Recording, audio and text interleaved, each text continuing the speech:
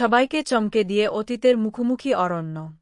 ফুলকির হাত ধরেই আবারও ঘুরে দাঁড়ানোর সাহস পেল সে। আমরা এমনটাই দেখতে পারব আজকের পর্বে, চলুন বিস্তারিত জেনে নেই।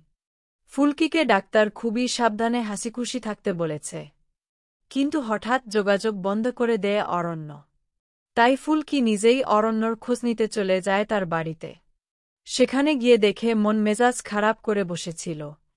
অরণ্য এর আগেও একবার এক রিয়েলিটি শোতে হেরে গিয়েছিল আর তার জন্যই তার গার্লফ্রেন্ড তাকে ছেড়ে চলে গিয়েছিল। আর এসব কথা শুনে ফুলকি অরণ্যর পাশে এসে দাঁড়ায়, তাকে সাহস যোগায়। ফুলকি অরণ্যর মনে বিশ্বাস জাগিয়ে তোলে অরণ্য পারবে নিজেকে প্রমাণ করে দিতে। এখন অরণ্যের মধ্যে রোহিতের হার্ট রয়েছে। তাই এই হার্ট নিয়ে সে কিছুতেই হেরে যেতে পারে না।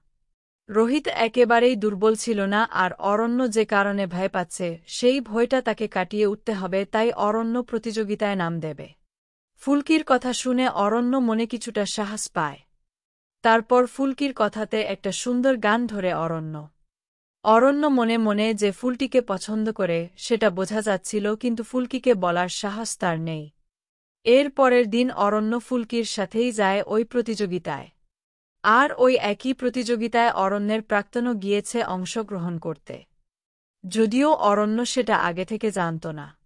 এরপর সেখানে গিয়ে হঠাৎ আবার বহু বছর পর অরণ্য মুখোমুখি হয় তার প্রাক্তন অহনার সাথে। এদিকে প্রতিযোগী হিসেবে অরণ্যর নাম আবারও ফুলকি এন্ট্রি করিয়ে দেয়। ওদিকে অহনা অরণ্যের সাথে মন্ত্রী ফুলকিকে দেখে তো অবাক হয়ে যায়। তার বন্ধু অনেক রকম বাজে ইঙ্গিত করতে থাকে অরণ্য এবং ফুলকিকে একসাথে দেখে। অরণ্যকে তার প্রাক্তন আবারও অপমান করতে শুরু করে। তার দুর্বলতা নিয়ে কথা বলে। কিন্তু অরণ্য যে আগের মতন নেই, এখন রোহিতের হার্ট পেয়েছে, সেটা তো জানত না অহনা। এরপর হঠাৎ অহনাকে কতগুলো গুন্ডা বিরক্ত করতে এলে অরণ্য তাদের মেরে একেবারে শুইয়ে দেয়। আর সেটা দেখে অবাক হয়ে যায় অহনা। আর ঠিক করে ফুলকিকে সরিয়ে আবারও নিজের জায়গা পাকাপোক্ত করতে হবে অরণ্যর জীবনে। এবারে দেখার অপেক্ষা কি হয় আগামী পর্বে।